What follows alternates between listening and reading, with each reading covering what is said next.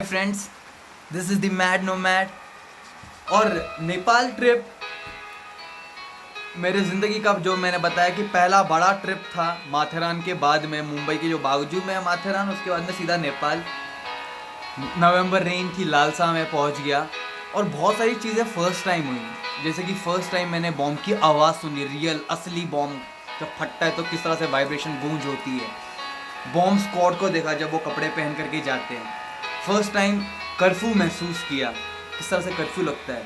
जब बस में जा रहा हूँ तो फर्स्ट टाइम ये एक्सपीरियंस किया कि बैग लेकर के बैठा हूँ, हर 2 मिनट में मिलिट्री वाले चढ़ रहे हैं गन लेकर के अपनी, और पूछताछ कर रहे हैं और चेकिंग कर रहे हैं हर थोड़ी थोड़ी देर में।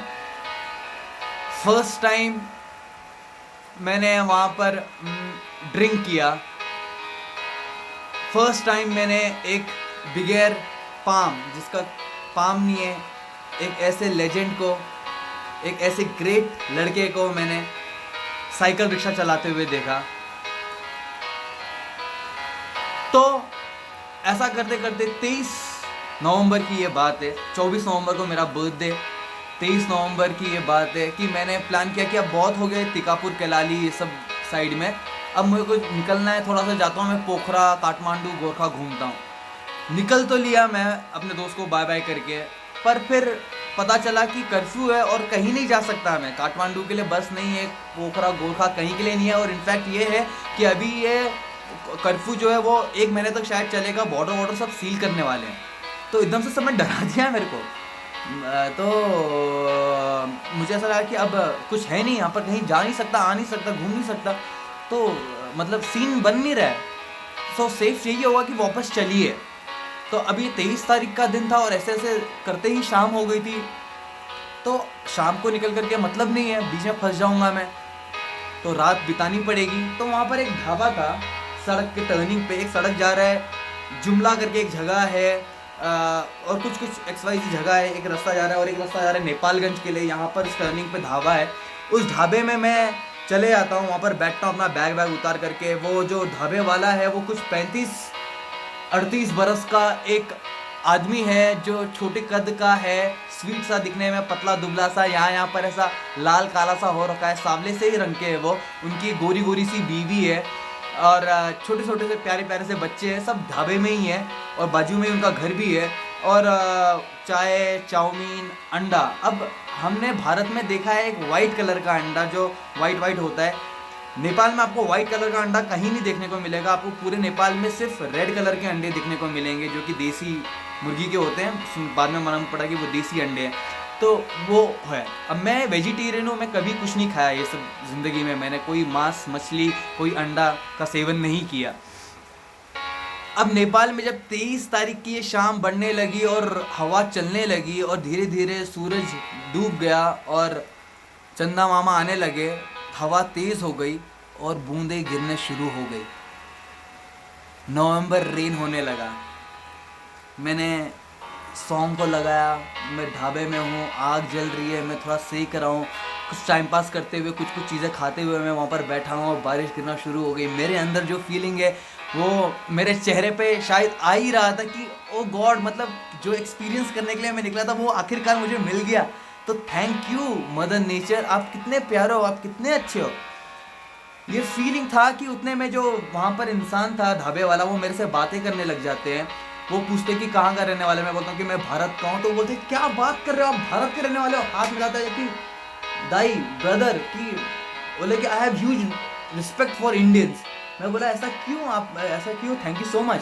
तो बोले कि नहीं, इंडियंस बहुत अच्छे होते हैं। बोले कि मैंने इंडिया में 8 साल काम किया है, मैं पैराग्लाइडिंग पायलट था वहाँ पर, मैं पैराग्लाइडिंग पायलट के लोगों के साथ में काम करता था। और इंडिया मेरे को बहुत ज़्यादा पसंद का देश है, इंडियंस के लिए हमारे मन में बहुत प्यार है। आपको कहाँ जाना है? मैं बोला मैं तो बॉर्डर पार करके जाने की सोच रहा था। तो बोला कि अरे आपको यहाँ से बस मिल जाएगा, आप कल चले आना, अभी आप रुक जाओ, ऐसा करके। और मैं तो यही कुछ सुनना चाहता था और मैं सोच रहा था कि यार मेरा बर्थडे और मैं क्या कर रहा हूँ। मैं मन तो था कि रुकूँ नहीं, चले जाऊँ, पर बारिश भी होने लगी थी और कर्फ्यू चल रहा है, मिलिट्री हर जगह पे, तो सेफ नहीं है, तो सही होगा कि रुक जाना ही बेहतर है। तो वहाँ पर रात भर वो उन्होंने अपनी रात को, फिर मैंने अब जब बारिश गिरना शुरू हो गई तो मेरा मन पीकॉक की तरह मचलने लगा, मेरे मन में आने लगा कि कुछ तो क्रेजी करना है, कुछ तो करना है ना, क्योंकि इतनी सारी चीज़ें नई हो रही ज़िंदगी में। और मेरा बर्थडे है, ये पहली बार ऐसा हो रहा है कि मैं बर्थडे पे अनअवेलेबल हूँ, मेरा फ़ोन नहीं लग रहा है, मैं घर से इतना दूर हूँ, कोई मुझे संपर्क नहीं कर सकता। It's a very different feeling कि अब तक जब से पैदा हुए बड़ा हुए हर इतने साल के हो गए कि हर साल बर्थडे पे दोस्त केक लेकर के पहुंच रहे हैं या घर वाले कुछ ना कुछ सेलिब्रेट कर रहे हैं, विश कर रहे हैं।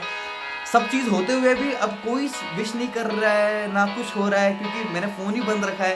It was very different feeling all together. तो मेरे को कुछ करना था, तो मेरे दोस्तों ने एक प्रण लिया कि ज़िंदगी में वो मुझे नॉनवेज खिला करके रहेंगे, और मैंने एक प्रण लिया कि मैं नहीं खाऊंगा, क्योंकि मेरे मन में फीलिंग वो आती नहीं है कि मेरी भूख की लालसा इतनी नहीं है कि मैं किसी जीवित प्राणी को देख करके मैं उसकी जान ले लूँ और खा लूँ।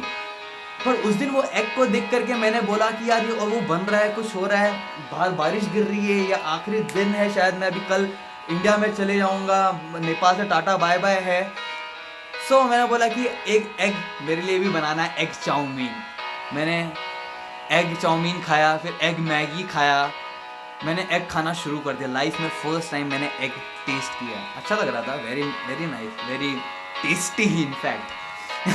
तो ऐसा करते करते रात भर उन्होंने अपनी बीवी को भेज दिया, बोले कि तू जाके सो जा, मैं आज ढाबे में ही सोऊंगा। हमने आग ही जला करके रात भर उन्होंने मेरे से बात की 3 साढ़े 3 बजे तक इंडिया के बारे में।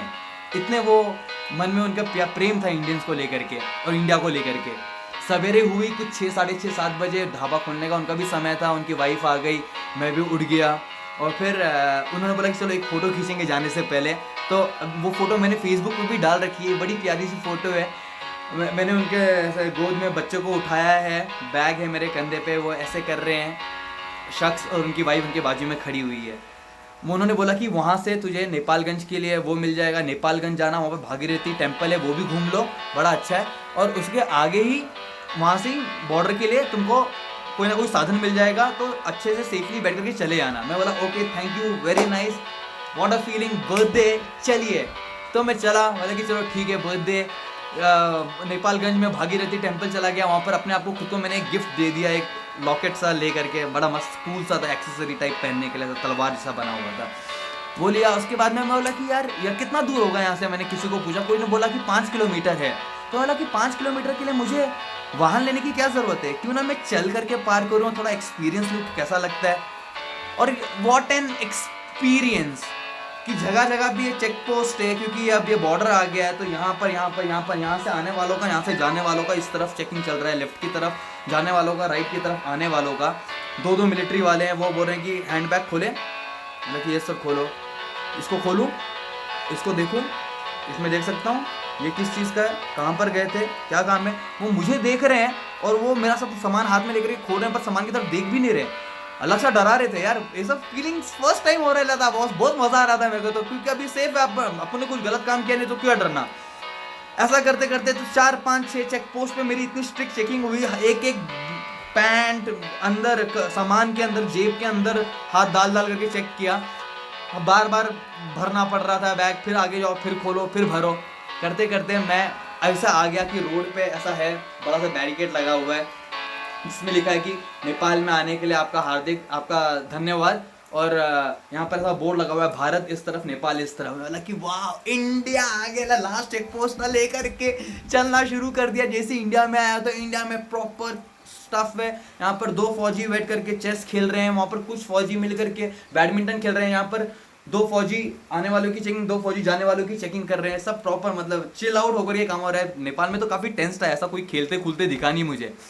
तो फिर इंडिया में आया, मेरी चेकिंग हो गई, ठीक है। इमिग्रेशन के पास गया, इमिग्रेशन सेंटर तो बंद है, पर बाहर एक आदमी खड़ा है। हाँ बोलो क्या करने का है, कितना पैसा है। मैं बोला भाई इमिग्रेशन वो पैसा वापस करने का, मेरे को इंडियन करेंसी लेने का। बोला हाँ अपन करेगा ना, बताओ कितना है। दिया, उधर भी लिया। कुछ इंडियन करेंसी तो ज़्यादा होता है ना नेपाल में, तो नेपाल की कुछ करेंसी थी, उसका मुझे 700 रुपये ऐसा कुछ आया मेरे पास। वो लेकर के मैं बस स्टैंड पहुंच गया। बस स्टैंड में मैं वेट कर रहा हूँ बस का। तो बस मेरे को मिल रही थी रायबरेली के लिए। मैं उस बस में चढ़ गया, बैठे हैं हम कि अब बस शुरू होगी, बस शुरू होगी, बस शुरू होगी। हम 3-4 लोग हैं बस में, पूरी बस पूरी खाली है। ऐसा करते करते आधे घंटा हो गया, 1 घंटा हो गया, 1.5 घंटा हो गया, 2 घंटा हो गया, बस चालू नहीं हो रही। सब अफरा तफरी करने लगे कि क्या हो रहा है भाई, 2 घंटा हो गया। उतने में तो बाद में कंडक्टर आया और बोलता है कि अरे अभी और कोई नहीं आने वाला, ड्राइवर साहब चालू करो, क्योंकि ये बॉर्डर को सील कर दिया है, अब ये 15 दिन के लिए बंद रहेगा, तो अभी ये लास्ट ट्रिप लेकर के जाते हैं, फिर वहीं पर बैठते हैं। तो बेसिकली जो हम लोगों ने पार किया, जो हम चल कर गया, कुछ लोग जो उस समय निकल कर गया, वो आखिरी ट्रूप था। उसके बाद में बॉर्डर बंद कर दिया, सील कर दिया गया 15 से 20 दिनों के लिए। उसके बाद में शायद और एक्सटेंड कर दिया गया था। वाह, ये सब कैसे हो रहा है। क्रेजीनेस था, जितना भी एक्सपीरियंस था काफ़ी मैजिकल और सररियल था। सो इस तरह का मेरा नेपाल ट्रिप रहा। कुल मिलाकर के मैंने कुछ 5,000 रुपये खर्च किए ये 8-10 दिन के ट्रिप में, और वापस मैं अपने घर बम्बई में पहुंच गया। तो इस तरह से मैड नोमैड अपनी कहानियों को लेकर के आते रहेगा। बम्बई में आने के बाद में जो मैं एक नई चीज़ लेकर के आया था नेपाल से भारत में, अंडा खाने की स्टाइल, वो अंडा मैं खाते रहा। मैंने अंडा का हर डिश ट्राई कर लिया, omelette, half fry, half boil, full boil, भुर्जी, सब चीज़ खा ली है, अंडा करी। उसके बाद में एक दिन ऐसा हुआ कि मैंने अंडा खाना बंद कर दिया आफ्टर मंथ्स ऑफ ईटिंग। वो इंसिडेंट क्या है वो मैं आपको बताऊंगा वापस से जब मैं कहानी बताऊंगा। बने रहो मेरे साथ। मैं हूँ दी मैड नो मैड, बोले तो पागल बन जा रहा। और कहानियाँ कैसी लग रही है अपने कमेंट के रूप में बताते रहना मुझे। Thank you so much.